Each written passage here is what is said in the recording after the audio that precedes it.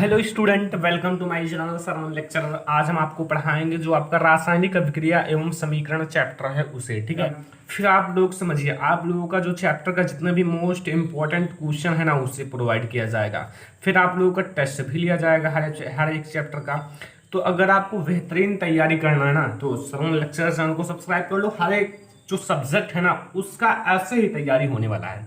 तो पहले चैनल को सब्सक्राइब कर लो, बेल आइकन को प्रेस कर लो ताकि आप लोगों का कोई भी सब्जेक्ट कोई भी चैप्टर ना छूटे। तो चलो पहला चैप्टर शुरुआत करते हैं, रासायनिक अभिक्रिया एवं समीकरण। देखो, पहले आपको समझना है कि जो आपका रासायनिक अभिक्रिया होता क्या है। जैसे आपका चैप्टर का नाम ही है रासायनिक अभिक्रिया, ठीक है। अब आप रासायनिक अभिक्रिया क्या होता है उसे समझना बहुत ही ज्यादा जरूरी है।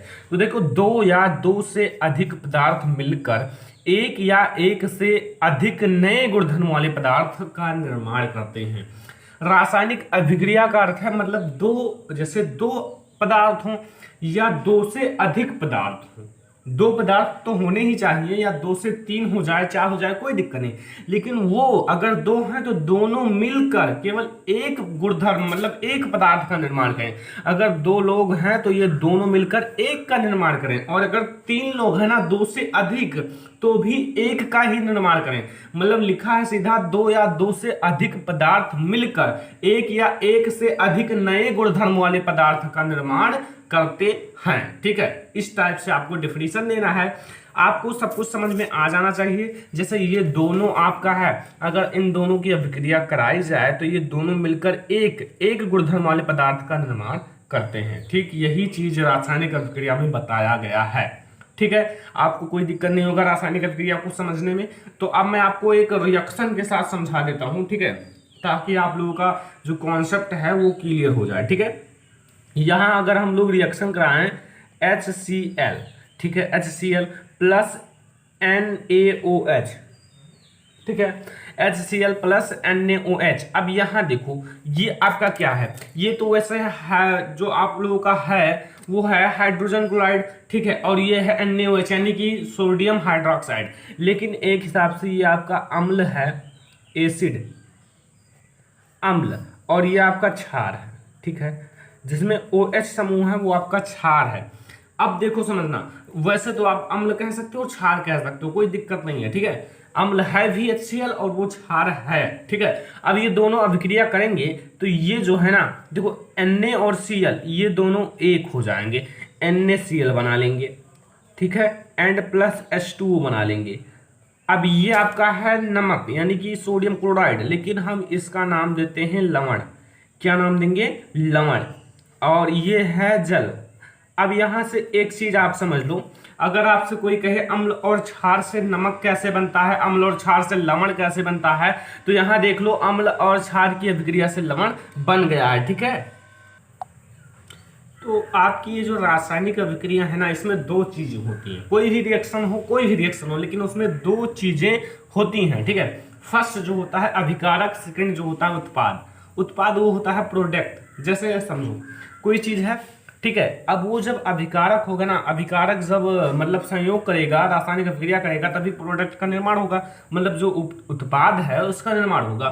ठीक है, तो अब आपको मैं बताता हूं अभिकारक एंड उत्पाद क्या होते हैं। देखो, अभी मैं आपको बता दूं, पहले मैं आपको समझा देता हूं एग्जाम्पल के साथ। जैसे आपने ऊपर एक रिएक्शन लिया था HCl, ठीक है, इसी के साथ मैं आपको समझा देता हूं, और NaOH ये लिया था, और यहां बना क्या था, आपका बना था NaCl प्लस H2 बन गया था ना, ये तो आपको पता है। तो ये अगर बना था तो इसमें आपको पता है कि अभिकारक क्या है और उत्पाद क्या है, नहीं पता है। ठीक है, मैं आपको बताता हूं, पूरा कॉन्सेप्ट आपको समझ में आ जाएगा। ये आपका है अभिकारक। क्या है? अभिकारक। और ये चीज जो है ना, ये आपका उत्पाद है। क्या है? उत्पाद है। ये आपका अभिकारक है और ये आपका उत्पाद है। ठीक है, कोई दिक्कत तो नहीं है, समझ में आया? तो अब आपको मैं बताता हूं अभिकारक और उत्पाद। समझना बहुत ईजी है। जो ऐसे पदार्थ जो किसी रासायनिक अभिक्रिया में भाग लेते हैं, ये चीज देखो, जो अभिकारक हैं, अभिकारक क्या हुआ है, केवल जो केमिकल रिएक्शन है, रासायनिक अभिक्रिया, उसमें भाग लिया है। जैसे समझो, जैसे आप ये HCl जो अम्ल है और अन्य वो क्षार है, ये दोनों लोग भाग केवल लिए हैं, इनसे जो बना है ना, मतलब ये भाग लिए, तो इन्हीं दोनों के संयोग से जो बना है ना वो नमक है NaCl प्लस H2O। तो देखो वो ऐसे पदार्थ जो किसी रासायनिक अभिक्रिया में केवल भाग लेते हैं, ये केवल भाग लिए हैं, ठीक है, उन्हीं को अभिकारक कहते हैं, ठीक है। और यहां मैं लिख देता हूं, उसे क्या कहते हैं, अभिकारक कहते हैं, ठीक है। अभिकारक, यार ब्लू पेन से बताते हैं, ठीक है, उन्हें अभिकारक कहते हैं, ठीक है, अभिकारक कहते हैं। तो अभिकारक तो आपको समझ में आ गया, अभिकारक क्या है, और उत्पाद आप समझ लो, जब इधर आपको रिएक्शन में समझ में आ गया तो वो भी समझ में आ जाएगा। वे पदार्थ जिनका निर्माण रासायनिक अभिक्रिया के बाद होता है, ये दोनों अभिक्रिया करते हैं, अर्थात ये दोनों केमिकल रिएक्शन किए, ये भाग लिए, अगर ये दोनों भाग लिए तो अर्थात ये दोनों रिएक्शन किए, अगर ये दोनों रिएक्शन किए तो फिर जो बना, जो रासायनिक अभिक्रिया के बाद बना, उसे हम लोग उत्पाद कहते हैं। अर्थात ये जो आपका है ना, ये आपका पूरा पूरा प्रोडक्ट है, उत्पाद है, ठीक है। और इसी चीज को जो ये मैंने बताया, ये मैंने क्यों बताया, क्योंकि ये आपका बहुत इंपॉर्टेंट रिएक्शन है, उदासीनीकरण अभिक्रिया। ये आपको मिलेगा कब, वो आपको मिलेगा अम्ल क्षार एवं लवण चैप्टर में, और इतना इंपॉर्टेंट है ये आपके बोर्ड एग्जाम में बहुत बार पूछा गया है, इसलिए मैंने इस एग्जाम्पल का ना बहुत ज्यादा आपको समझाने की कोशिश की, और आप लोगों को समझ में भी आ गया होगा। और उदासीनीकरण अभिक्रिया आपको अभी अगले चैप्टर में मिल जाएगा, क्योंकि ये बहुत ही इंपॉर्टेंट है आपके बोर्ड एग्जाम के लिए, इसलिए मैंने ऑलरेडी समझा दिया, ठीक है, कोई दिक्कत तो नहीं है, आपको समझ में अभी आ गया होगा। अब हम लोग समझेंगे रासायनिक अभिक्रिया के प्रकार। रासायनिक अभिक्रिया तो ऑलरेडी बता दिया है, चलो एक बार और बता देते हैं दूसरे प्रकार से। जैसे मैंने ऊपर बताया था, दो या दो से अधिक पदार्थ मिलकर एक या एक से अधिक नए गुणधर्म वाले पदार्थ का निर्माण करते हैं, ठीक है, ये बताया था। अब हम यहां बताएंगे, देखो वही चीज है, जब एक या एक से अधिक, एक हो या एक से अधिक, ठीक है, पदार्थ परस्पर अभिक्रिया करके नए पदार्थ बनाते हैं, रासायनिक अभिक्रिया कहलाता है। दोनों एक ही है, ठीक है, दोनों एक ही चीज है, चाहे आप ये कहो डिफिनेशन और चाहे आप वो कहो। दो या दो से अधिक पदार्थ आपस में मिलकर एक या एक से अधिक गुणधर्म वाले पदार्थ का निर्माण करते हैं, जल भी साथ में निकलता है, ठीक है। अब आपको एग्जाम्पल तो मैंने बता दिया ऑलरेडी, तो अब हम लोग देखते हैं रासायनिक अभिक्रिया के प्रकार।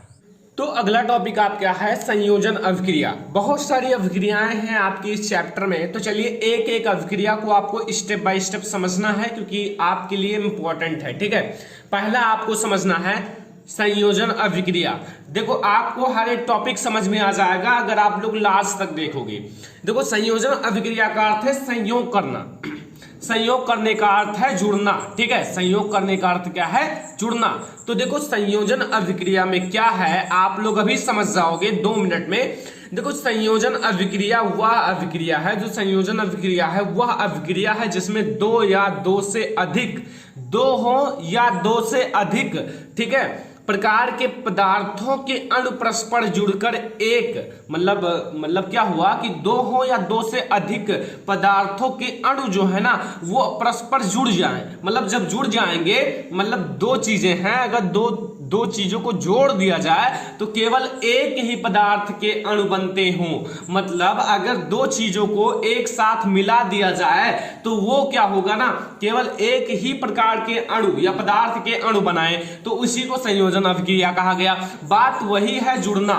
जुड़ना क्यों? क्योंकि आप लोगों को पता है कि दो या दो से अधिक जब पदार्थ के अणु आपस में जुड़े, क्या हुआ, जुड़ गए, तभी तो केवल एक ही प्रकार के पदार्थ के अणु बनते हैं। तो इसीलिए इस अभिक्रिया को कहा गया संयोजन अभिक्रिया। अगर आपसे एक लाइन में पूछा जाए तो संयोजन अभिक्रिया का अर्थ है जुड़ना, ठीक है। आप लोग इसे नोट बना लो, नोट्स कर लो, क्योंकि आप लोग अभी से नोट्स बना लो। अगर आप लोग अभी से बना लोगे तो फिर आप लोग क्लास में सबसे सीनियर रहोगे और बहुत ही अच्छे मार्क अचीव भी कर लोगे और क्लास में बहुत ज्यादा आपका भौकाल भी रहेगा, ठीक है। तो आप लोगों को एग्जाम्पल के साथ मैं आपको समझा देता हूं, ठीक है। देखो एग्जाम्पल कुछ नहीं है, आप लोगों को मैंने बताया है जुड़ना। तो दो अणु जब जुड़ेंगे तो एक अणु का निर्माण कर देंगे, बस। आपका जो है ना 2 अणु जुड़ेंगे और एक अणु का निर्माण कर देंगे। तो यहां देख लो, जैसे मैं ले लेता हूं, देखो यहां फर्स्ट एग्जांपल ले लेता हूं, ठीक है, फर्स्ट एग्जांपल में ले लेता हूं। देखो फर्स्ट एग्जांपल में जैसे मैंने जोड़ दिया किसे, देखो बैलेंस करना अभी मैं आगे बताऊंगा कैसे अपनी जो रासायनिक समीकरण को बैलेंस किया जाता है, अभी इसी वीडियो में बताऊंगा आगे इसी चैप्टर में, ठीक है। तो देखो अगर आप 2Na लोगे, क्या लोगे 2Na, मैंने बैलेंस करके लिया है, ठीक है, 2Na लोगे, Na क्या है सोडियम है, और सोडियम के 2 मॉलिक्यूल आपको लेने हैं, ठीक है, लेकिन प्लस आपको लेना है Cl2। मैंने 2 सोडियम क्यों कर दिया, क्योंकि यहां Cl2 की जो है ना संख्या कितनी है 2 है, अगर यहां Cl2 4 होता तो मैं इसे 4 कर देता। कुल मिला के करना क्या है, दोनों को बराबर करना है। जैसे अगर सोडियम 2 है तो क्लोरीन भी 2 होगा, तभी आपका जो है ना इक्वेशन बराबर होगा। अगर यहां सोडियम 4 है तो क्लोरीन को भी आपको 4 करना होगा, क्योंकि तभी आपका इक्वेशन बराबर हो जाएगा, ठीक है। अब चलो भाई बनेगा क्या, आप लोगों को पता होगा। देखो अगर आपका इक्वेशन बैलेंस है तभी आपका रासायनिक समीकरण सही है, ठीक है, वरना अगर आपका नहीं बैलेंस है तो भी सही है लेकिन कुछ कम, ठीक है। तो यहां अगर आप लोग NaCl बना लोगे यानी कि सोडियम क्लोराइड, बट आपका बैलेंस है या नहीं, यहां सोडियम 2 है तो यहां 2 लगा दो, यहां HCl कितना है 2 है तो यहां भी 2 लगा दिया। तो फिलहाल आपका ये बैलेंस भी है और रासायनिक समीकरण बन भी गया है। अब मैं नाम लिख देता हूं, ये है आपका सोडियम, क्या है सोडियम। आपको करना क्या है 1 से 30 तक मैं आपको बताता हूं, वो कर लो, क्योंकि अब हम आपके पास है नहीं कि आपको छड़ी से याद दिलाएंगे। देखो आपको 1 से 30 तक का क्या याद करना है, परमाणु क्रमांक और उनके प्रतीक। जैसे सोडियम का Na, हाइड्रोजन का H, हीलियम का He है, ठीक है, ऐसे आपको 30 तक याद कर लेने हैं। आपसे कोई पूछे कि कोबाल्ट का परमाणु क्रमांक कितना है, जिंक का कितना है, क्लोरीन का कितना है, तो आप लोगों को याद होना चाहिए, ठीक है। अब अगला देखो ये आपका है क्लोरीन, क्या है क्लोरीन। अब आपसे कोई पूछे क्लोरीन का जो प्रतीक है वो क्या है, तो आपको Cl बताना है। अब ये आपका सोडियम क्लोराइड है, क्या है सोडियम क्लोराइड, ठीक है, समझ में आ गया होगा। अब आपको इतना मैंने आपको समझा ही दिया तो आप लोगों को समझ में आ जाना चाहिए। और अगर आपको समझ में आ जाए ना तो करना क्या है, छोटी सी बात है, वीडियो को लाइक कर दिया करो, ठीक है, क्योंकि ऐसे आपको हर एक चैप्टर पढ़ाया जाएगा, चाहे चैप्टर फर्स्ट हो, चाहे चैप्टर सेकंड हो, और चाहे चैप्टर थर्ड हो, चाहे चैप्टर 4 हो, हर एक चैप्टर को आपको स्टेप बाय स्टेप पढ़ाया जाएगा, ठीक है। चलो फिर अगला रिएक्शन इसी में देख लेते हैं। अगला देखो मैं आपको बताता हूं, मैंने कहा है बैलेंस होना चाहिए। सेकंड आप लोग देख लो, सेकंड रिएक्शन, ठीक है, समझ में ना आए ना तो फिर बताना, ठीक है। यहां मैंने ले लिया, मैंने बैलेंस करके लेता हूं क्योंकि अभी आपको मैं बैलेंस करना बता दूंगा और आप खुद कर लोगे। देखो 2Mg, और अगर हम 2Mg के साथ O2 मिलाएं, O2, ठीक है, समझ में आया ना। दो मैं आपको बता दूं क्या है, ये है मैग्नीशियम और ये है ऑक्सीजन, ठीक है। अब मैं लिखूंगा नहीं क्योंकि एक बार मैंने लिख दिया, अगर बोर्ड एग्जाम में पूछे तो यही एग्जाम्पल लिख देना, ठीक है। वैसे मैं आपको समझाने के लिए दोबारा बता रहा हूं दूसरा रिएक्शन। अब देखो बनेगा क्या, 2 चीजें मिलकर एक का निर्माण करेंगे, तो सभी को एक में मिला दो और क्या MgO। अब यहां 2 है संख्या तो 2 कर लो, तो ये आपका हो गया भाई संयोजन अभिक्रिया। अगर कोई दिक्कत हो, छोटी सी दिक्कत हो तो आप लोग बताना, ठीक है, मैं आपको जरूर उसका सॉल्यूशन दूंगा, ठीक है। ये आप लोग दोनों रिएक्शन लिख लो और संयोजन अभिक्रिया क्या होता है उसे भी लिख लो, फिर आपका कोई भी प्रॉब्लम हो तो आप लोग बताना, ठीक है। तो ये आपको समझ में आ गया, कोई भी दिक्कत हो जरूर बताना। चलो अब अगला रिएक्शन देखते हैं। देखो अगला जो आपका रिएक्शन है वो है वियोजन अभिक्रिया। देखो संयोजन का अर्थ होता है जुड़ना, तो उसका उल्टा जो है ना वो वियोजन होता है। वियोजन का अर्थ होता है टूटना, अगर कोई है ना तो उसका उल्टा जरूर होता है, ठीक है। जैसे अगर आप जुड़ना है तो टूटना है, ठीक है, बनना है तो बिगड़ना है, तो उसी प्रकार से संयोजन का अर्थ होता है जुड़ना, तो वियोजन का अर्थ होता है टूटना। सेम प्रोसेस है, अभी आप लोग 1 मिनट में समझ जाओगे, ठीक है। देखो समझना, अभी आप लोगों को कोई दिक्कत होगा तो बताना, ठीक है। देखो पहले आप लोग समझो वियोजन, पहले अर्थ जान लिया करो कि उस चीज का अर्थ क्या होता है। जैसे विलोम होता है तो विलोम का अर्थ होता है उल्टा, तो अगर आप जान गए उल्टा होता है तो फिर उसका काफी इजी हो जाता है, ठीक है। चलो देखो वियोजन, वियोजन का अर्थ क्या होता है? टूटना। तो वियोजन अभिक्रिया वह रासायनिक अभिक्रिया है, जैसे वियोजन अभिक्रिया क्या है? एक रासायनिक अभिक्रिया है, केमिकल रिएक्शन है, ठीक है। तो यहां देखो समझना, अवयवी तत्व, जो उनके अवयवी तत्व होते हैं जिनसे वो मिलकर बने होते हैं, ठीक है, जो उनके अवयवी तत्व होते हैं, छोटे छोटे कणों में विभाजित हो जाते हैं। क्यों? क्योंकि इसका अर्थ ही है टूटना। तो जब वो जो अवयवी कण है जिससे वो मिलकर बना है, अब जब वो जिससे मिलकर बना है वो जानते हो, जैसे आप समझना, मैं आपको अभी एग्जांपल के साथ समझाता हूं। जैसे आपके पास है CaCO3 यानी कि कैल्शियम कार्बोनेट, ठीक है। अब ये कैल्शियम और किससे मिलकर बना है? CO3 से। अब ये जो है ना, ये जो अवयवी कणों से मिलकर बना हुआ है वो अलग अलग हो जाएंगे। जैसे Ca वो कैल्शियम ऑक्साइड अलग एंड CO2 कार्बन डाइऑक्साइड अलग हो जाएंगे, ठीक है। समझना, अगर नहीं समझ में आएगा मैं आपको दोबारा समझाऊंगा, ठीक है। देखो अवयवी कणों में विभाजित हो जाते हैं, वह अभिक्रिया ऊष्मा, प्रकाश, ताप, विद्युत से संपन्न होती है।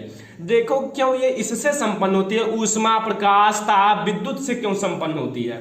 क्यों? क्योंकि जब मतलब कोई अगर सोर्स नहीं रहेगा तो ये टूटेंगे नहीं। जैसे अगर देखो समझना, अगर जैसे आपके पास है कैल्शियम कार्बोनेट, अगर कैल्शियम कार्बोनेट को आप ऊष्मा नहीं दोगे, ऊष्मा का अर्थ क्या है? अगर आप उसे मतलब ताप, ऊष्मा नहीं दोगे तो वो टूटेगा नहीं। कितना भी दिन आप रख दो, चाहे ऐसे दोपहर में रख दो, चाहे अब दोपहर में अगर रखोगे तो वहां प्रकाश आएगा, प्रकाश से जानते हो ना कि ऊष्मा उत्पन्न होता है तो टूट सकता है। लेकिन अगर आप उसे ऊष्मा दोगे तभी वो टूटेगा। प्रकाश से भी टूटता है, ताप से भी टूटता है, विद्युत से भी टूटता है। मतलब ये सारी चीजें किसी ना किसी सोर्स से, किसी ना किसी उत्प्रेरक से संपन्न होती है, ठीक है। समझ में आया ना? देखो मैंने कहा है वियोजन अभिक्रिया वह रासायनिक अभिक्रिया है जिसमें अवयवी तत्व छोटे छोटे कणों में विभाजित हो जाता है और वह अभिक्रिया ऊष्मा, प्रकाश, ताप, विद्युत से संपन्न होती है। अब भाई अब मैं आपको एग्जांपल के साथ समझा देता हूं ताकि आपका कोई भी छोटी छोटी जो कंफ्यूजन है वो दूर हो जाए, ठीक है। देखो एग्जांपल जो है ना, एग्जांपल सबसे इंपॉर्टेंट होता है। अगर आपको एग्जांपल पता है तो एग्जांपल से परिभाषा भी बना सकते हो, लेकिन अगर आपको एग्जांपल नहीं पता है तो भी आप मतलब हमेशा लिखा करो, लिखने से आपको हमेशा याद हो जाएगा, ठीक है। देखो पहला एग्जाम्पल मैं आपको समझाता हूं, पहला एग्जाम्पल ब्लैक से, ठीक है। देखो पहला एग्जाम्पल, पहले तो आपको लेना है, जैसे आप समझना, मैंने जैसे संयोजन अभिक्रिया समझाया था, ये जो है ना दो चीजों से मिलकर एक बना है, ये एक जो ये है ना इसी को उल्टा कर दो तो हो जाएगा। बट दूसरा एग्जाम्पल समझ लो, ठीक है। देखो जैसे आपके पास है, मैंने अभी आपके साथ समझाया था CaCO3, अर्थात ये क्या है भाई? मैंने कहा है ना कुछ चीजें आपको जो कॉमन है ना वो याद होना चाहिए। क्लास 8 से आप पढ़ते आ रहे हो, अगर आपको ये नहीं याद है तो भाई कम से कम 50 फार्मूले बना लो और उसे याद कर लो, वरना फिर आप केमिस्ट्री में कभी सक्सेस नहीं होंगे। क्योंकि अगर आप क्लास 10 में कैसे निकल गए ना तो क्लास 11 क्लास 12 में आपको भार लगेगा, ठीक है। अगर आप पहले से ही आपका मजबूत है तो फिर आपको सब इजी लगेगा, आपको समझ में भी आएगा। 50 आपको याद करना, जैसे कैल्शियम कार्बोनेट, मैग्नीशियम ऑक्साइड, और आपका जो है ना जैसे आपके बहुत सारे हैं CH4 यानी कि मेथेन, आपको फास्फीन, ये इन सब चीजों का फार्मूला याद होना चाहिए क्योंकि ये सब चीजें कॉमन है। आपसे कोई पूछ ले और आप क्लास 10 में पहुंच चुके हो तो आपको याद ये होना चाहिए, ठीक है। ये क्या है आपको पता है, Ca से कैल्शियम, CO3 से कार्बोनेट, काफी इजी होता है अगर आप ट्रिक से याद करो, ठीक है। आपको बहुत सारे ट्रिक मिल जाएंगे, ठीक है। तो चलो भाई मैं आपको यहां लिख देता हूं कैल्शियम, ठीक है। ऐसे भी सा लिख सकते हो आप, वैसे भी सा लिख सकते हो, कोई दिक्कत नहीं है, ठीक है। कैल्शियम, नहीं तो बाद में आप लोग बहुत कमेंट करते हो, कार्बोनेट, ठीक है। कैल्शियम कार्बोनेट, बात यह है कि इसे टूटना है कुल मिलाकर, चाहे जैसे तोड़ो, लेकिन चलो हम लोग लाते हैं और तोड़ देते हैं, ठीक है। देखो तोड़ना कैसे है, देखो आपको कुछ ना कुछ बनाना है, ऐसा नहीं कि C को अलग कर दो, A को अलग कर दो, O को अलग कर दो, फिर C को अलग कर दो, ऐसा नहीं टूटता है। कुछ ना कुछ बनना चाहिए, ठीक है, कुछ ना कुछ प्रोडक्ट बनना चाहिए। जैसे आपको पता है CaO यानी कि कैल्शियम ऑक्साइड, कैल्शियम ऑक्साइड जिससे हम घरों की रंगाई करते हैं, ठीक है। तो मतलब कुछ ना कुछ बनना है, ठीक है। तो इसे आप कैल्शियम ऑक्साइड, चलो मैं लिख देता हूं, ठीक है, थोड़ा कष्ट कर लेता हूं। आप लोग नोट्स बना लो, अगर आप लोग नोट्स बना लोगे तो भाई हमें भी अच्छा लगेगा और आपको भी मदद मिलेगा आगे चलकर। अगर बोर्ड एग्जाम आएगा ना तो फिर आप लोग उस नोट्स को एक बार पढ़ लोगे, यार बात मानो, एक बार पढ़ लोगे आपको 100% क्लियर हो जाएगा, क्योंकि खुद बनाए हो, खुद पढ़े हो तो आपको खुद याद हो जाएगा केवल एक बार रिवीजन करने से। बट अगर नहीं बनाओगे तो बाद में इधर उधर ढूंढोगे, ठीक है। CO2, अब यहां देखो ये CO2 ऊपर की तरफ जा रहा है, यानी कि गैस के रूप में निकल रहा है, ठीक है। समझना, ये तीर मैंने इसीलिए बनाया है। CO2 क्या है?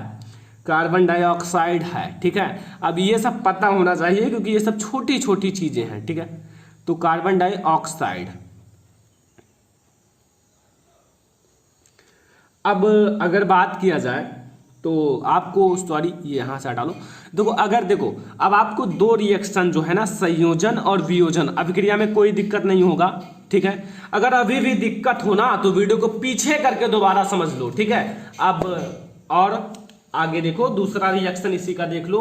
देखो हाँ, दूसरा रिएक्शन देखो, ये जो है ना, अभी ये एक प्रकार से वियोजन अभिक्रिया का एग्जाम्पल है, लेकिन वियोजन अभिक्रियाएं भी दो प्रकार की होती हैं, ठीक है। समझना, ये जो है ना, ये मतलब अभी आपको आगे समझ में आ जाएगा, लेकिन मैं आपको छोटा सा समझा देता हूं।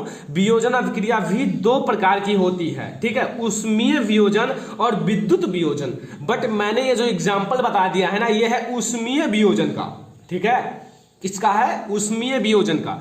अब भाई ये ऊष्मीय वियोजन कैसे पहचानोगे कि ये ऊष्मा वाला वियोजन है, ये विद्युत वाला वियोजन है? बहुत इजी है यार, अभी नहीं पहचान पाओगे क्योंकि अभी मैंने केवल रिएक्शन लिखा है, इसका उत्प्रेरक नहीं लिखा है। अब उत्प्रेरक जैसे लिख दूंगा, आप कहोगे बस बस आई नो, ठीक है। तो देखो मैं आपको बताता हूं कैसे। देखो यहां आप लिख दो ना ऊष्मा, क्या लिख दो? ऊष्मा।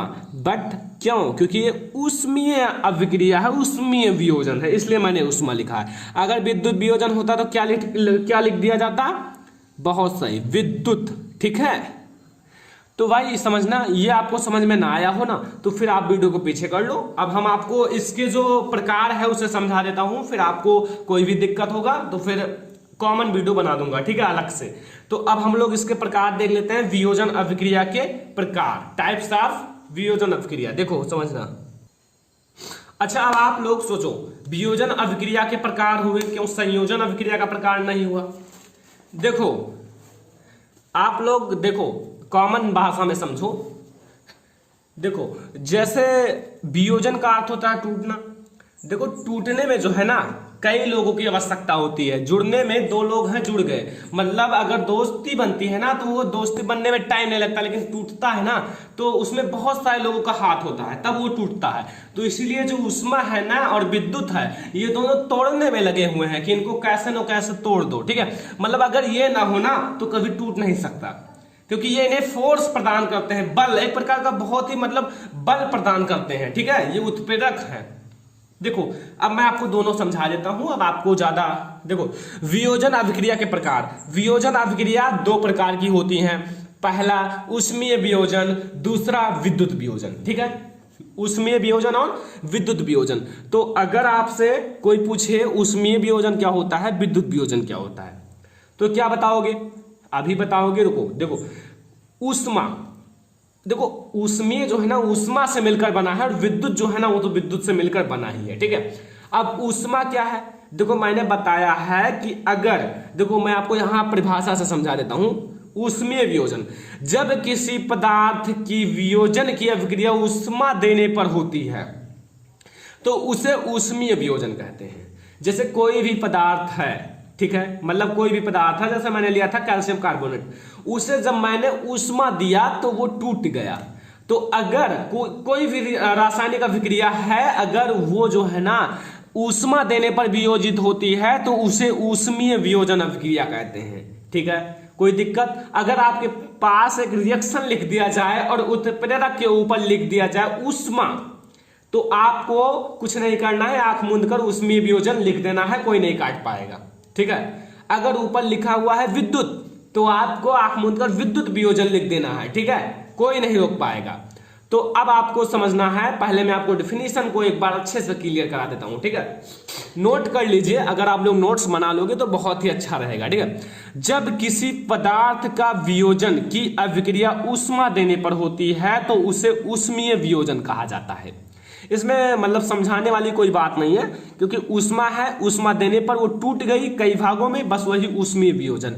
अब भाई घर पर एक्सपेरिमेंट मत करना, ठीक है, वरना खतरा हो सकता है। देखो एग्जाम्पल क्या है, एग्जाम्पल वही बता दें क्योंकि वही है। अगर अब मैं आपको दूसरा बता देता हूं, एक तो मैंने जो पहले बताया था वियोजन अभिक्रिया में कैल्शियम कार्बोनेट को ऊष्मा देने पर calcium oxide and carbon dioxide बना। अब मैं आपको दूसरा एग्जाम्पल बताता हूं, ठीक है, इसमें दूसरा बता देता हूं। देखो यहां मैं क्या लेता हूं, 2K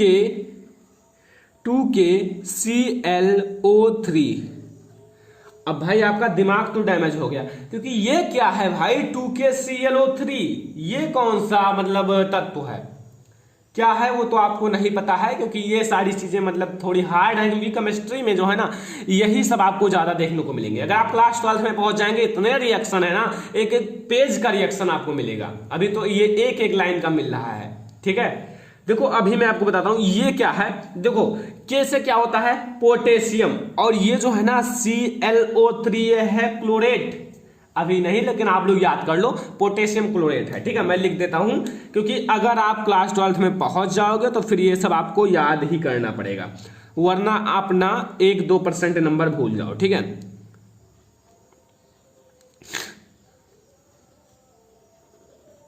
पोटेशियम क्लोरेट, ठीक है। अब देखो आगे, देखो आगे क्या करना है, एक बढ़िया सा एरो खींचना है, ठीक है। एरो खींचने के बाद आपको क्या करना है कि जो बनाना है बना दो। देखो यहां आपको बनाना है 2KCl, ये क्या है आप लोगों को पता होगा, ठीक है। ये ऊपर जा रहा है लेकिन निकल रहा है। देखो ये है के से पोटेशियम, Cl से क्लोराइड, यानी कि पोटेशियम क्लोराइड है, क्या है पोटेशियम क्लोराइड, पोटेशियम क्लोराइड, ये है पोटेशियम क्लोराइड। और ये क्या है, ये है ऑक्सीजन,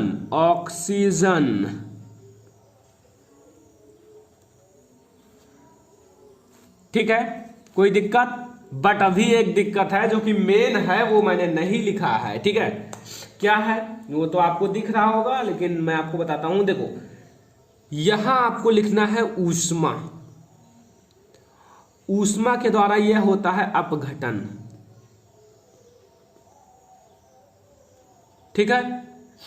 अब आपका ये पूरा रिएक्शन हो गया कंप्लीट। अब आप लोग करना चाहते हो नोट्स तो नोट्स कर लो, ठीक है। अगला इसी में है, इसी का प्रकार है विद्युत वियोजन, ठीक है। विद्युत वियोजन, विद्युत वियोजन में क्या है, विद्युत वियोजन में क्या है, कुछ नहीं है। देखो जिस रासायनिक अभिक्रिया में यौगिक का विद्युत प्रवाह द्वारा वियोजन या वियोजित किया जाए विद्युत वियोजन कहलाता है।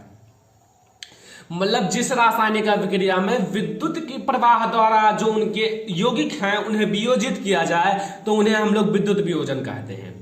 उसमें वियोजन में था ऊष्मा के द्वारा वियोजित किया जाए, विद्युत वियोजन में है विद्युत द्वारा वियोजित किया जाए, प्रकाश वियोजन में है प्रकाश द्वारा वियोजित किया जाए, ताप वियोजन में है ताप द्वारा वियोजित किया जाए। कुल मिला के आपको मेन चीज याद रखना है, आपका सब कुछ क्लियर हो जाएगा। तो मेन प्रोसेस यही है कि जिस रासायनिक अभिक्रिया में यौगिक का विद्युत प्रवाह द्वारा वियोजन या वियोजित किया जाए तो उसे विद्युत वियोजन कहते हैं, ठीक है। अब समझो इसका जो आपका क्या है वो आपका क्या है, हाँ बढ़िया एग्जाम्पल है। एग्जाम्पल क्या है, देखो एग्जाम्पल छोटा सा मैं आपको बताऊंगा। देखो विद्युत वियोजन में क्या है ना, जैसे आप लोगों ने देखा होगा, हाँ रुको दिखाते हैं। देखो यहां जैसे विद्युत वियोजन में है आपका 2NaCl नमक है, ठीक है। सोडियम क्लोराइड है, गलित अवस्था में है, गलित अवस्था में पानी मतलब है, ठीक है। और यहां विद्युत वियोजन, यहां क्या करना है, देखो ऊपर लिख देना है वरना आपका गलत हो जाएगा। विद्युत वियोजन, अब यहां जब मैंने विद्युत वियोजन किया तो ये क्या बना वो तो आप लोग जानते होंगे। यहां 2Na अलग हो गया एंड प्लस Cl2 अलग हो गया, ये ऊपर जाएगा। भाई नाम तो आपको पता होगा, ये है सोडियम क्लोराइड, ये है सोडियम, ये है क्लोरीन, ठीक है। ये फर्स्ट रिएक्शन है, फर्स्ट रिएक्शन। सेकंड देख लो, मैं 2 रिएक्शन समझा दूंगा, ठीक है। और आपको समझ में भी आ जाना चाहिए, ठीक है। दूसरा समझ लो, दूसरा है जैसे आपने पानी तो हमेशा पीते हो, लेकिन कभी विभाजित किया है नहीं। विभाजित हो जाएगा अगर आप उसमें विद्युत वियोजन करोगे, ठीक है। तो यहां क्या होगा, आपका हाइड्रोजन एंड ऑक्सीजन अलग हो जाएगा, ठीक है। हाइड्रोजन और ऑक्सीजन क्यों? क्योंकि यहां जो है ना विद्युत वियोजन की प्रक्रिया हुई है, विद्युत वियोजन। तो ये दोनों एग्जांपल आपको समझ में आ गए होंगे। तो ये था आपका विद्युत वियोजन, ठीक है। कोई दिक्कत? आपको संयोजन अभिक्रिया, वियोजन अभिक्रिया, वियोजन अभिक्रिया के प्रकार, इन सारी चीजों में कोई दिक्कत नहीं होगा, ठीक है। समझ में आया? अब हम लोग अगली अभिक्रिया देखते हैं, ठीक है। ये सारी अभिक्रियाएं बहुत इंपॉर्टेंट है और आपको याद भी करना होगा। अगला अभिक्रिया आपके सामने आएगा। अगला अभिक्रिया है क्या है? विस्थापन अभिक्रिया। विस्थापन क्या होता है? देखो समझना, 1 मिनट में आपको समझ में आ जाएगा। विस्थापन का अर्थ होता है विस्थापित होना, ठीक है। विस्थापन का अर्थ क्या होता है? विस्थापित होना। जैसे क्लास में आप लोग बैठते हो, 2 फ्रेंड हैं, एक आगे वाले सीट पर बैठा है, एक पीछे वाले सीट पर बैठा है, ठीक है। अब विस्थापन होना है, मतलब आगे वाला पीछे और पीछे वाला आगे आ जाए, बट जिसमें ज्यादा ताकत होना वो आए, मतलब वो उसको विस्थापित करके खुद उसका सीट ले ले और वो जहां जाए वहां जाए, आगे पीछे ऊपर नीचे जहां जाए, ठीक है। तो विस्थापन का अर्थ होता है विस्थापित होना। देखो विस्थापन वह रासायनिक अभिक्रिया है, विस्थापन जो है ना वह रासायनिक अभिक्रिया है जिसमें किसी यौगिक के अणु के किसी एक पदार्थ, किसी एक परमाणु अथवा समूह के स्थान पर कोई दूसरा परमाणु अथवा समूह आ जाता है। मैंने क्या कहा है कि विस्थापन जो है ना, विस्थापन वह रासायनिक अभिक्रिया है जिसमें किसी यौगिक के अणु, मतलब कोई यौगिक हो उसके अणु किसी एक परमाणु अथवा समूह, मतलब किसी एक परमाणु अथवा समूह के स्थान पर, किसी एक परमाणु हो अथवा परमाणु का समूह है उसके स्थान पर कोई दूसरा परमाणु अथवा समूह आ जाता है, विस्थापन अभिक्रिया कहलाता है। क्या दिक्कत है? आपको कोई दिक्कत है? देखो समझना मैंने क्या कहा है, मतलब कोई यौगिक हो, उनके अणु, मतलब यौगिक के अणु होते हैं, यौगिक मतलब यौगिक के अणु हैं, तो यौगिक का अणु किसी एक परमाणु अथवा परमाणु के समूह के स्थान पर कोई दूसरा परमाणु अथवा परमाणु का समूह आ जाए, ठीक है। अब देखो एग्जाम्पल समझो, एग्जाम्पल मैं आपको समझा देता हूं, ठीक है। मेन आपके लिए एग्जाम्पल है, ठीक है। एग्जाम्पल में क्या है, एग्जाम्पल आपको समझ में आ जाएगा 1 मिनट में। देखो Fe क्या है? आयरन है, ठीक है। क्या है? आयरन। अब देखो प्लस लगाओ, प्लस में आपको लेना है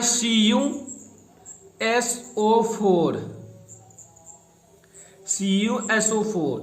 अब यहां आपको लगाना है मतलब लाइन, ठीक है, या एरो। अब ये जो है ना, ये Fe जो है ना इस Cu को विस्थापित कर देगा और इसका स्थान स्वयं ले लेगा, यानी कि Cu अलग हो जाएगा और FeSO4 हो जाएगा, ठीक है। मतलब FeSO4 हो जाएगा एंड Cu अलग हो जाएगा। कोई दिक्कत नहीं होना चाहिए। आई होप कि समझ में भी आ गया होगा। ये है आपका कॉपर सल्फेट। क्या है? Copper sulphate. और ये है आयरन सल्फेट या फेरस सल्फेट। फेरस सल्फेट लिख दो।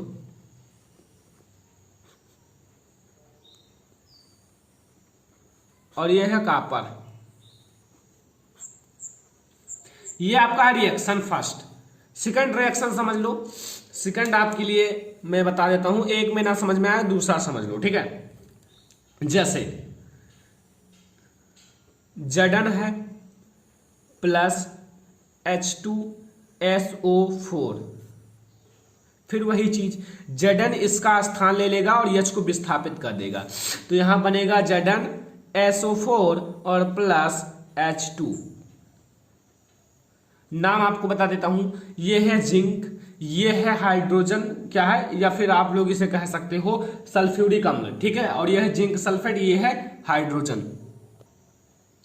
देखो अब है आपका द्विविस्थापन अभिक्रिया। ठीक है, विस्थापन अभिक्रिया समझ में आ गया। अब आपका है द्विविस्थापन अभिक्रिया। द्विविस्थापन अभिक्रिया के अंतर्गत क्या है, देखो द्विविस्थापन अभिक्रिया को आप लोग उभय प्रतिस्थापन अभिक्रिया भी कह सकते हो। ठीक है, देखो जिस रासायनिक अभिक्रिया में यौगिकों को आयनों मतलब यौगिकों के आयनों अथवा घटकों की अदला बदली होती है, नए यौगिक बनते हैं, द्विविस्थापन अभिक्रिया कहलाता है। मतलब इसमें एक ही चीज बदला है ना, Zn को मतलब Zn जो है ना H2 को विस्थापित करके उसका स्थान ले लिया, बट इसमें जो है ना दोनों मतलब H2 Zn ये सब बदल जाएंगे। जैसे मैं आपको समझाता हूं। ठीक है, यहां लिखा हुआ है जिस रासायनिक अभिक्रिया में यौगिकों के आयनों अथवा घटकों की अदला बदली हो जाती है, ठीक है, नए यौगिक बनते हैं, द्विविस्थापन अभिक्रिया कहलाता है। अब समझो एग्जाम्पल, एग्जाम्पल जैसे है, फर्स्ट एग्जाम्पल समझ लो, VaCl2, ठीक है, VaCl2 प्लस Na2SO4, ठीक है। अब क्या होगा ना, मेन तो प्रोसेस अब शुरू होगा। देखो यहां जो है ना Va जो है ना VaSO4 के साथ मिल जाएगा, ये जो Va है ना ये इसको Na को हटाकर SO4 के साथ मिल जाएगा, ठीक है। तो यहां बन जाएगा VaSO4 और प्लस ये बन जाएगा, यहां VaSO4 बन गया। अब यहां Cl बचा तो Cl और 2Na बचा तो 2NaCl बन जाएगा। यही होता है आयनों की अदला बदली। कहा गया कि यहाँ Va भी विस्थापित हो गया और Na2 भी विस्थापित हो गया, आयनों की अदला बदली हो गई, दोनों इधर उधर हो गए।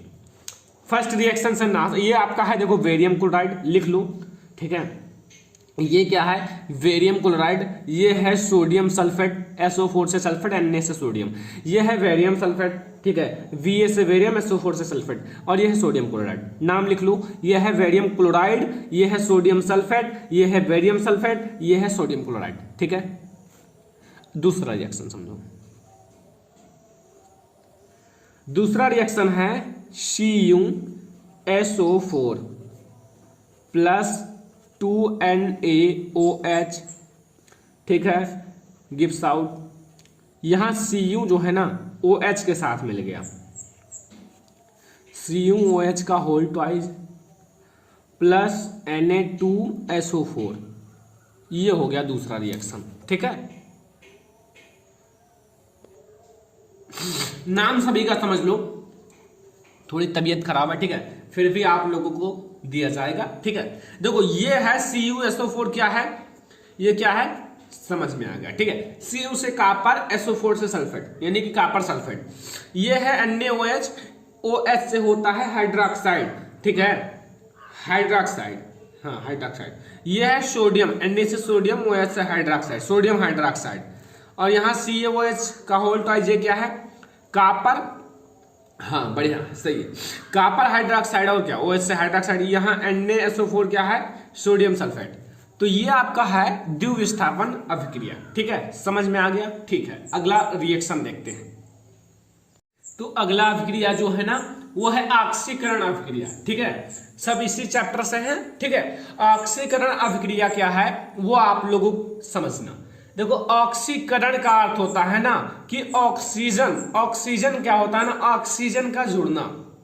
देखो किसी पदार्थ द्वारा ऑक्सीजन या ऋण विद्युतीय तत्व का ग्रहण करना अर्थात जुड़ना, और हाइड्रोजन या धन विद्युतीय तत्व का त्यागना या त्यागने की प्रक्रिया ऑक्सीकरण कहलाता है।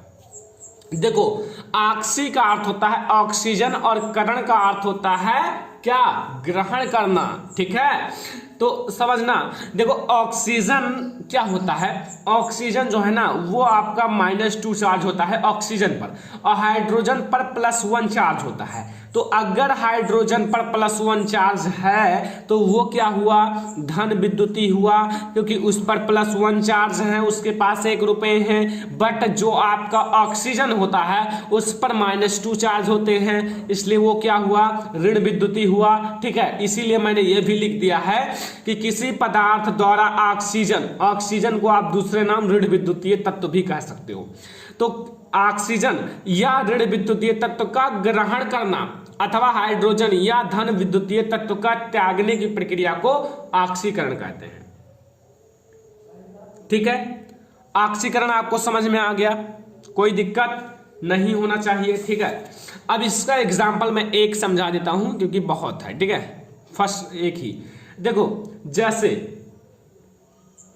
कुल मिला के करना क्या है, आपको जो है ना ऋण विद्युतीय लक्षण को ग्रहण करना है। ठीक है, तो देखो जैसे यहां पहले आप अभिकारक ले लो, 2Ki मैंने ले लिया। ठीक है, 2Ki। ठीक है, अब देखो potassium iodide plus Cl2 chlorine. अब देखो समझना, यहां क्या होता है ना, ऋण विद्युतीय लक्षण को ग्रहण करना है। ठीक है, और धन विद्युतीय लक्षण को त्यागना है। ये जो आपका I है ना, I आपका क्या है, I आपका धन विद्युतीय लक्षण है और Cl2 आपका ऋण विद्युतीय लक्षण है। क्योंकि Cl2 पर माइनस चार्ज होता है, I पर प्लस चार्ज होता है, तो धन विद्युतीय लक्षण को त्याग देना है, तो इसको आप अलग कर दो। ठीक है, अलग कर दो। तो अगर आप अलग करोगे तो I2 को अलग कर दो, अर्थात धन विद्युतीय लक्षण को मैंने अलग कर दिया और इसे आप ग्रहण कर लो। तो यहां आप इसे ग्रहण कर लो, ये Cl को ग्रहण कर लो। बस यही होता है आपका क्या, यही आपका हो गया क्या, आपका हो गया ऑक्सीकरण अभिक्रिया। ठीक है, कोई दिक्कत नहीं होना चाहिए, आपको यही याद रखना। ऑक्सीकरण में जो है ना ऋण विद्युतीय लक्षण या ऋण विद्युतीय तत्व को ग्रहण करना है और धन विद्युतीय तत्व को त्याग देना है। ठीक है, बस इतना याद रखना है, आपका ऑक्सीकरण अभिक्रिया पूरा हो जाएगा। तो ऑक्सीकरण अभिक्रिया में बस इतना याद रखना है। दूसरा अपचयन अभिक्रिया, उसका उल्टा है, सेम उल्टा है, क्योंकि उसमें अगर आप जैसे समझना ऋण विद्युतीय लक्षण को ग्रहण किए हो और धन विद्युतीय लक्षण को त्याग दिए हो, तो इसमें क्या होगा, धन विद्युतीय लक्षण को जोड़ना है अर्थात ग्रहण करना है और ऋण विद्युतीय लक्षण को त्यागना है। तो किसी पदार्थ द्वारा हाइड्रोजन या धन विद्युतीय तत्व का जुड़ना या जुड़ता है। धन विद्युतीय तत्व क्या होता है, जुड़ता है। ठीक है, अपचयन में उसका उल्टा है, धन विद्युतीय तत्व जुड़ता है और यह ऑक्सीजन व ऋण विद्युतीय तत्व का त्यागने की प्रक्रिया, मतलब वो त्याग देता है। ऋण विद्युतीय लक्षण या ऋण विद्युतीय तत्व या ऑक्सीजन, ठीक है, उसे त्यागना और धन विद्युतीय लक्षण को ग्रहण करना अपचयन कहलाता है। ठीक उसका उल्टा है, क्योंकि ऑक्सीकरण में क्या था कि हाइड्रोजन अर्थात धन विद्युतीय लक्षण को त्यागना था और ऋण विद्युतीय लक्षण को ग्रहण करना था। लेकिन अपचयन उसका उल्टा है। अपचयन में क्या करना है, किसी पदार्थ द्वारा हाइड्रोजन या धन विद्युतीय लक्षण या धन विद्युतीय तत्व को जुड़ता है और यह ऑक्सीजन या ऋण विद्युतीय तत्व का त्यागने की प्रक्रिया अपचयन कहलाता है। ये चीज समझ में आ गया, कोई दिक्कत तो नहीं है, अपचयन समझ में आ गया ना। ठीक है, अब देखो इसका एग्जाम्पल समझ लो। देखो यहां मैंने ले लिया CuO, ये क्या है, कॉपर ऑक्साइड है, और प्लस मैंने ले लिया H2। ठीक है, अब इसमें करना क्या है, देखो अस्पष्ट नहीं है। ठीक है, मैं अब स्पष्ट कर देता हूं।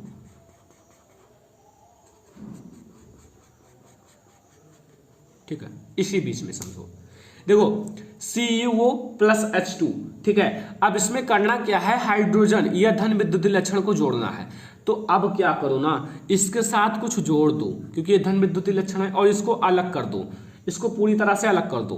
तो अलग कर देते हैं, Cu को अलग कर दो और H2 के साथ O जोड़ लो। ठीक है, ये हो गया आपका अपचयन अभिक्रिया।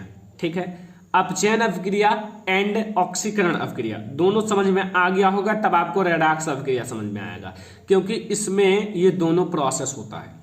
तो यहां देखो ऑक्सीकरण एंड अपचयन दोनों मैंने बता दिया, आप दोनों समझ में आ गया होगा तो आपके लिए बहुत ही अच्छा है। तब अगला आपको समझ में आएगा, तो दोनों समझ में आ गया। ठीक है, आगे बढ़े, चलो फिर नोट कर लो, नोट जल्दी से कर लो, फिर मैं आगे बढ़ता हूं। तो अगला अभिक्रिया जो है ना वो है आपका रेडॉक्स अभिक्रिया। रेडॉक्स अभिक्रिया आपको तुरंत समझ में आ जाएगा अगर आपको ऑक्सीकरण एवं अपचयन अभिक्रिया समझ में आ गया होगा। ठीक है, दोनों अगर समझ में आ गया होगा तो रेडॉक्स अभिक्रिया आपको समझ में आ जाएगा। रेडॉक्स अभिक्रिया में क्या है कि वह रासायनिक अभिक्रिया जिसमें एक अभिकारक का ऑक्सीकरण तथा दूसरे का अपचयन होता है रेडॉक्स अभिक्रिया कहलाता है। मतलब आप ऐसे भी कर सकते हो कि वह रासायनिक अभिक्रिया जिसमें ऑक्सीकरण तथा अपचयन दोनों होता है रेडॉक्स अभिक्रिया कहलाता है, या फिर जैसा मैंने लिखा है वह रासायनिक अभिक्रिया जिसमें एक अभिकारक का ऑक्सीकरण तथा दूसरे का अपचयन होता है रेडॉक्स अभिक्रिया कहलाता है। ठीक है, मतलब दोनों प्रोसेस एक ही अभिक्रिया में होता है तो वो रेडॉक्स अभिक्रिया आपका है और बहुत इंपॉर्टेंट भी है। ठीक है, तो इसमें क्या समझना है, देखो इसमें कुछ नहीं समझना है, इसमें मैं एक एग्जांपल के साथ आपको समझा दूंगा और आपको पूरा समझ में आ जाएगा, पूरा समझ में आ जाएगा। ठीक है, देखो यहां आपको लेना है CuO, ठीक है, CuO प्लस H2 लेना है। अब यहां देखो एरो लगा लो, देखो अब यहां मैं लिख देता हूं Cu और प्लस H2O। अब कैसे दोनों प्रोसेस हुआ समझो, मतलब यहां जो है ना ये इस और इसके बीच में क्या हुआ, अपचयन हुआ। मतलब अपचयन क्यों हुआ बताओ जल्दी से, इसमें अपचयन क्यों हुआ, क्योंकि इसमें ऑक्सीजन की क्या हुई, कमी हुई, ह्रास हुआ, क्योंकि इसमें से ऑक्सीजन बाहर निकल गया और इसमें ऑक्सीजन जुड़ गया और ऑक्सीकरण में ऑक्सीजन जुड़ता है तो यहां आप ऑक्सीकरण लिख दो, वो अपचयन है और ये ऑक्सीकरण है। दोनों अभिक्रिया साथ में हो गई क्योंकि इसमें ऑक्सीजन जुड़ गया तो वो आपका ऑक्सीकरण और इसमें ऑक्सीजन निकल गया तो ये आपका अपचयन।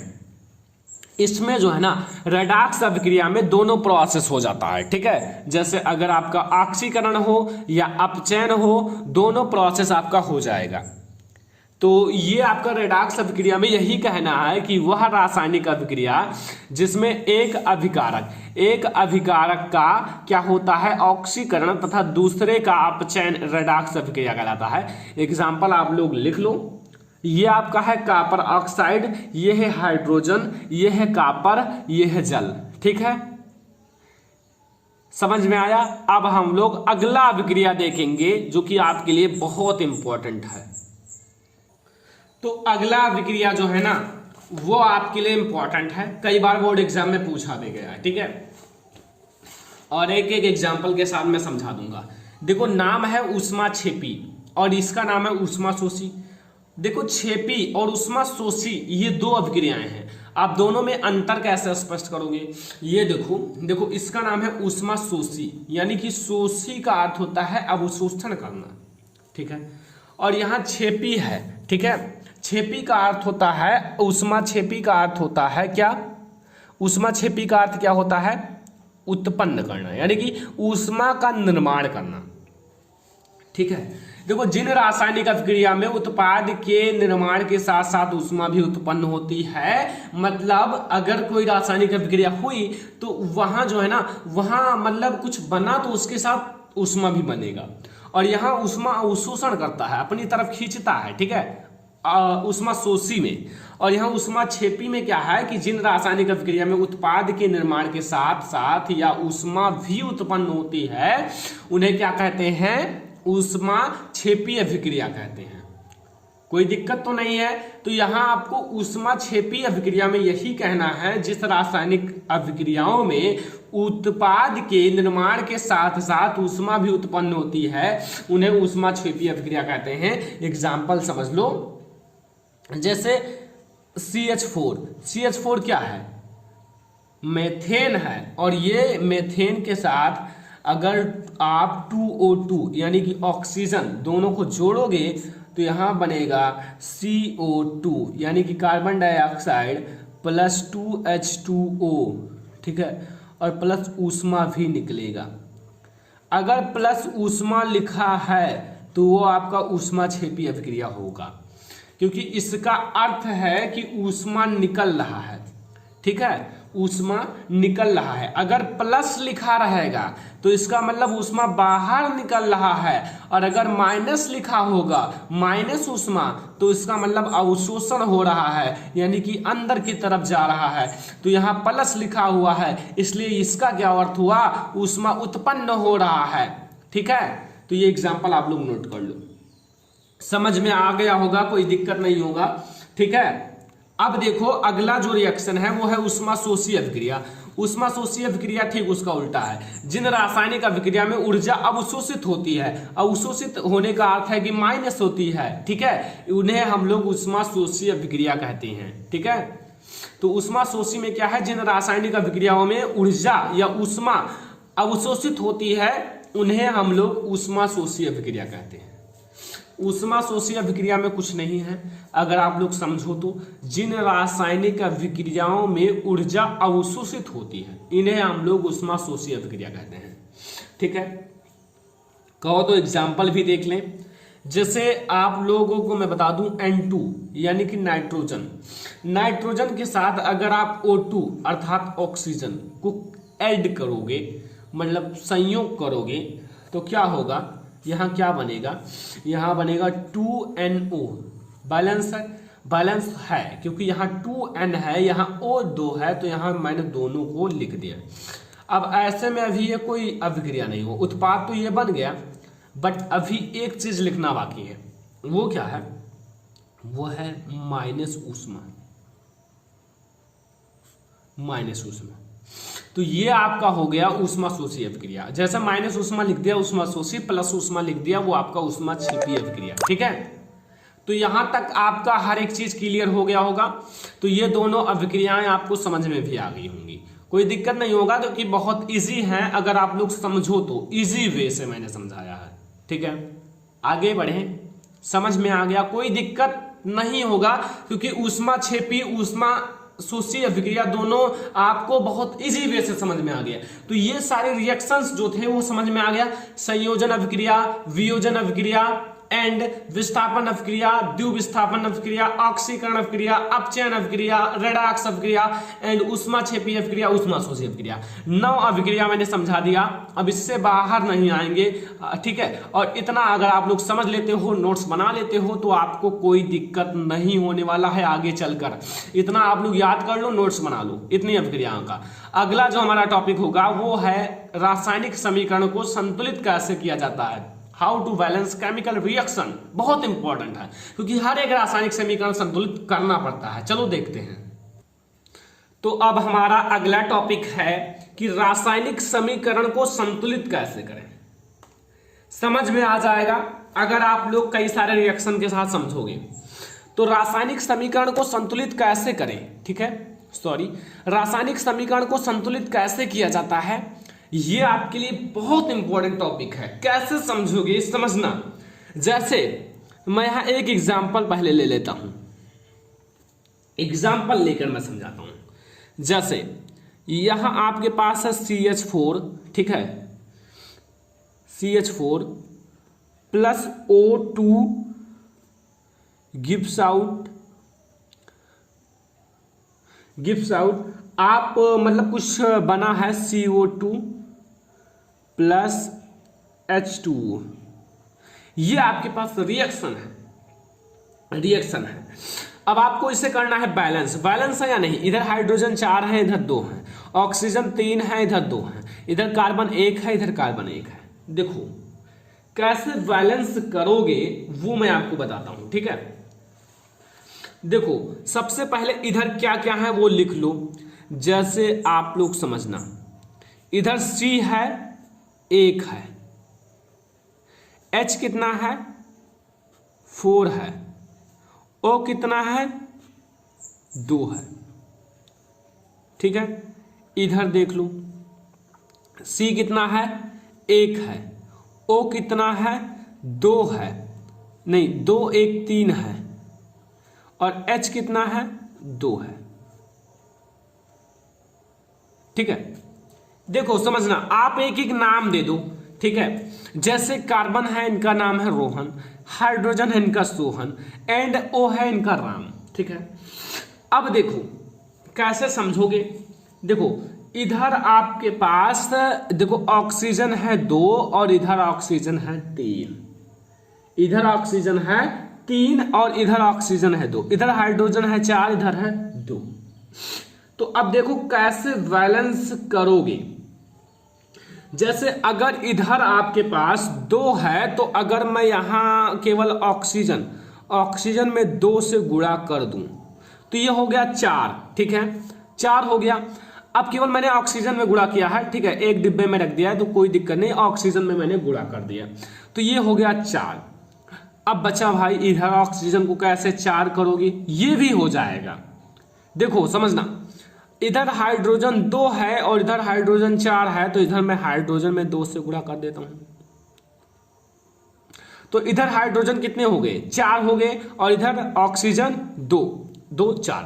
देखो समझना, अब समझो, ये अभिकारक है, अभिकारक क्या है, अभिकारक, और ये है उत्पाद।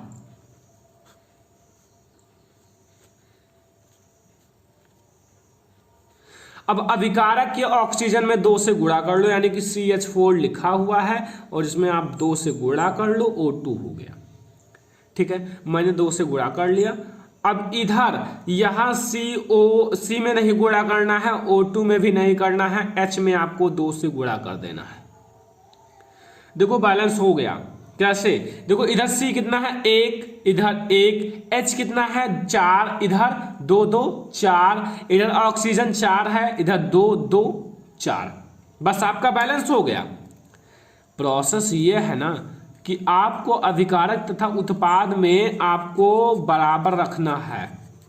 तो बराबर रखने के लिए चाहे आप इधर से टांग खींचो चाहे इधर से, कुल मिला के बराबर हो जाना चाहिए, बस बराबर हो गया, कोई दिक्कत नहीं हुआ होगा, ठीक है। दूसरा अभिक्रिया समझो, सेकंड नंबर अभिक्रिया, जैसे आपके पास है Fe plus H2O and arrow Fe3O4 plus H2, इसे कैसे बैलेंस करोगे, कुछ नहीं है, अभी आपको समझ में आ जाएगा। देखो इधर देखो Fe कितना है 3 है। अब भाई डब्बा हमेशा नहीं बनाऊंगा कॉलम की, आपको कॉलम की सहायता से समझाओ, आप थोड़ा दिमाग लगाओ। इधर Fe कितना है 1 है, इधर 3 है, तो कुल मिला के Fe इधर ज्यादा है इधर कम है। और अगर 1 ही लिखा हुआ है इसके साथ, जैसे FeSO4 नहीं है तो केवल 1 ही लिखा हुआ है, तो इधर जितना ज्यादा हो उतना लगा दो, क्योंकि केवल Fe पर असर पड़ेगा। अगर Fe के साथ कुछ और लिखा हुआ है तो उस पर भी असर पड़ता, लेकिन इसके साथ कुछ नहीं लिखा हुआ है तो केवल Fe पर ही असर पड़ेगा। तो यहां Fe के साथ 3 लगा दो, अब Fe हो गया बराबर, भैया बराबर हो गया ना। अब देखो ये मैं बैलेंस कर रहा हूं, ठीक है, बैलेंस कर रहा हूं। अब देखो H2O, अब Fe3O4 प्लस H2। अब देखते हैं कुछ और। अब देखो Fe हो गया बराबर, O इधर कितना है, O है 1, इधर 4, तो भाई 1 और 4 में बहुत अंतर है तो इधर भी 4 लगा दो, O भी बैलेंस हो गया, Fe भी बैलेंस हो गया, O भी, क्योंकि इधर 4 है इधर 4 हो गया, ये 4 से गुणा होगा इसमें तो 4 हो गया। यानी कि आपका Fe बैलेंस हो गया, O बैलेंस हो गया, बचा क्या हाइड्रोजन। अब हाइड्रोजन कैसे बैलेंस करोगे, देखो हाइड्रोजन इधर कितना हो गया 8 और इधर कितना है 2। अब ऐसे कैसे बैलेंस करोगे, कुछ नहीं, अगर मैंने कहा है अकेले लिखा हो तो उस पर आप चाहे जितना लगा दो, केवल उसी पर असर पड़ेगा। अगर H2O लिखा होता तो वो में भी गुणा हो जाता, बट इसके साथ कुछ नहीं लिखा हुआ है तो केवल इसी पर असर पड़ेगा, यानी कि इधर भी 4 लगा दो। ये हो गया आपका बैलेंस, कैसे जोड़ लो। अब चलो देखते हैं बैलेंस हुआ या नहीं। अब मैं चेक कर लेता हूं, ठीक है। इधर Fe कितना है 3 है 3। अब देखो H कितना है, H कितना है 4 दूनाई 8 8। O कितना है 4। चलो अब देख लेते हैं उधर भी, इधर 4 वो है ना, 4 है। अब देखो इधर देख लेते हैं, इधर Fe कितना है 3,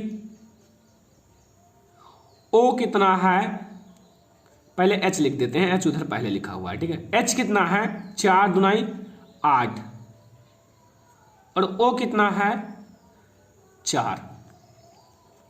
क्या हुआ, बैलेंस हो गया। कुल मिलाकर आपको बैलेंस करना है, कैसे भी करो कोई दिक्कत नहीं, कुल मिला के आपको बैलेंस करना है बस, और कोई दिक्कत नहीं है, आपका बैलेंस हो गया, ठीक है। बैलेंस हो गया, कोई दिक्कत नहीं होना चाहिए। अगला देखो, 2 तो समझ में आ गया, तीसरा समझो। थोड़ा बड़ा रिएक्शन कहो तो ले लिया जाए, आप लोग कहो बस वही, चलो एक बड़ा रिएक्शन लेते हैं। बड़ा रिएक्शन एक ले लेते हैं, MnO2 plus HCl gives out MnCl2 plus H2O plus Cl2। इसे कैसे बैलेंस करोगे, दिमाग तो हो गया डैमेज। कुछ नहीं है, आप पहले एक एक को बैलेंस करो, दूसरा तो खुद ब खुद हो जाएगा, ठीक है। देखो समझना मैं क्या कहना चाहता हूं। देखो यहां Mn कितना है 1, इधर Mn कितना है 1, हो गया बैलेंस, Mn तो हो गया भाई।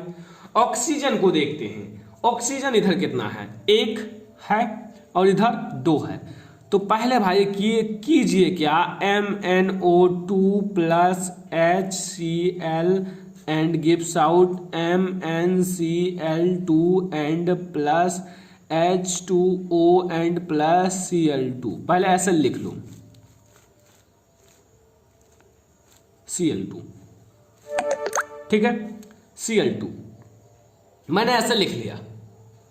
अब देखो यहां है, ये तो आपका बराबर है, इधर भी बराबर इधर भी बराबर है, 1-1 है, ठीक है, 1-1 है।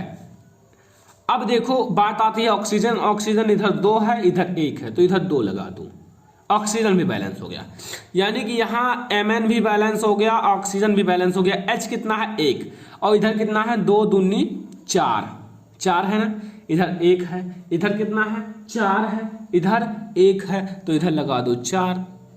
चलो भाई Mn भी बैलेंस हो गया, ऑक्सीजन भी बैलेंस हो गया, हाइड्रोजन भी बैलेंस हो गया। अब बचा क्या Cl, Cl इधर कितना है 2 2 4, बैलेंस हो गया। इधर 2 ये ये 2 4 हो गया, बैलेंस हो गया, बैलेंस हो गया ना, कोई दिक्कत नहीं हुआ ना। मतलब आप एक एक को पकड़ो, एक एक को, एक एक बूंद से पूरा घड़ा भर जाता है, और एक एक को पकड़ोगे पूरा रासायनिक समीकरण संतुलित हो जाएगा, कोई नहीं आपको कहेगा कि नहीं संतुलित होगा। मैंने एक एक को पकड़कर सीखा है, आप भी एक एक को पकड़कर सीखो। अगला देखो, चौथा रिएक्शन, मैं आपको हर एक चीज समझाना चाहता हूं, हर एक निचोड़ की आपको हर एक चीज समझ में आ जाए, आपको कोई भी दिक्कत ना हो, ठीक है। अब भाई दिक्कत हो तो आप लोग यार बताना, ठीक है। अगला,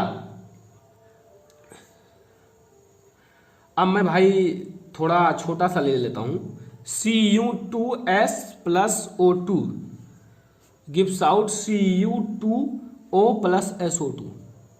अब इसको आप बैलेंस करके हमें देना, ठीक है, कमेंट बॉक्स में। छोटा सा इसलिए लिया था कि आप लोग इसे बैलेंस करना, ठीक है। ये पहला बैलेंस करना, घर पर करना, बार बार करना ना हो, फिर आप लोग बताना, ठीक है। बताना अगर ना होगा बैलेंस, जरूर बताना, मैं आपको जरूर बताऊंगा। तो ये है आपका चौथा जो आपको बैलेंस करके देना है हमें, ठीक है, बैलेंस करके आप लोगों को देना है। तो ये हुआ हमारा केमिकल रिएक्शन बैलेंस करना। अगर अभी भी नहीं समझ में आया हो तो बताना, मैं आपको इसका एक कॉमन वीडियो बना दूंगा, उसमें मैं आपको अलग से समझा दूंगा और आपको पूरा समझ में आ जाएगा, कोई दिक्कत नहीं होगा, पूरा समझ में आ जाएगा। तो फिर भी आपको ना समझ में आया हो तो, अगर समझ में आ गया हो तो भाई बार बार प्रयास करना। आपके एनसीईआरटी बुक में कई सारे मतलब क्वेश्चंस दिए हुए हैं, उसे आप लोग देखना, लगाना, तो आप लोगों को समझ में आ जाएगा, ठीक है। चलो देखते हैं आगे। इस चैप्टर का सबसे लास्ट टॉपिक इंपॉर्टेंट है और आप लोगों को समझना है, ठीक है। देखो, संक्षारण तथा विकृत गंधिता। संक्षारण को पहले समझ लो। जब कोई धातु अपने आसपास अम्ल, आर्द्रता आदि के संपर्क में आती है तो यह संक्षारित होती है और इस प्रक्रिया को संक्षारण कहते हैं। देखो, आर्द्रता का अर्थ होता है नमी। जैसे कोई लोहा है, लोहा को आप बाहर फेंक दो कुछ दिनों के लिए, तुरंत जंग नहीं लगता, कुछ दिनों के लिए आप फेंक दो तो वो धीरे धीरे परत परत के रूप में गायब होने लगती है, उजड़ने लगती है। एक बार पटक दो तो आधा लोहा खराब हो जाता है। क्यों? क्योंकि वो धीरे धीरे अम्ल, आर्द्रता आदि के संपर्क में आकर वो संक्षारित होने लगती हैं। संक्षारित होने का अर्थ है खत्म होने लगती हैं। तो वो क्या होगा, जब वो संक्षारित होगी तो वो लोहे के ऊपर जंग चढ़ जाता है, तो वो जो होता है ना, संक्षारित होने लगती है। तो इसी प्रक्रिया को संक्षारण कहते हैं।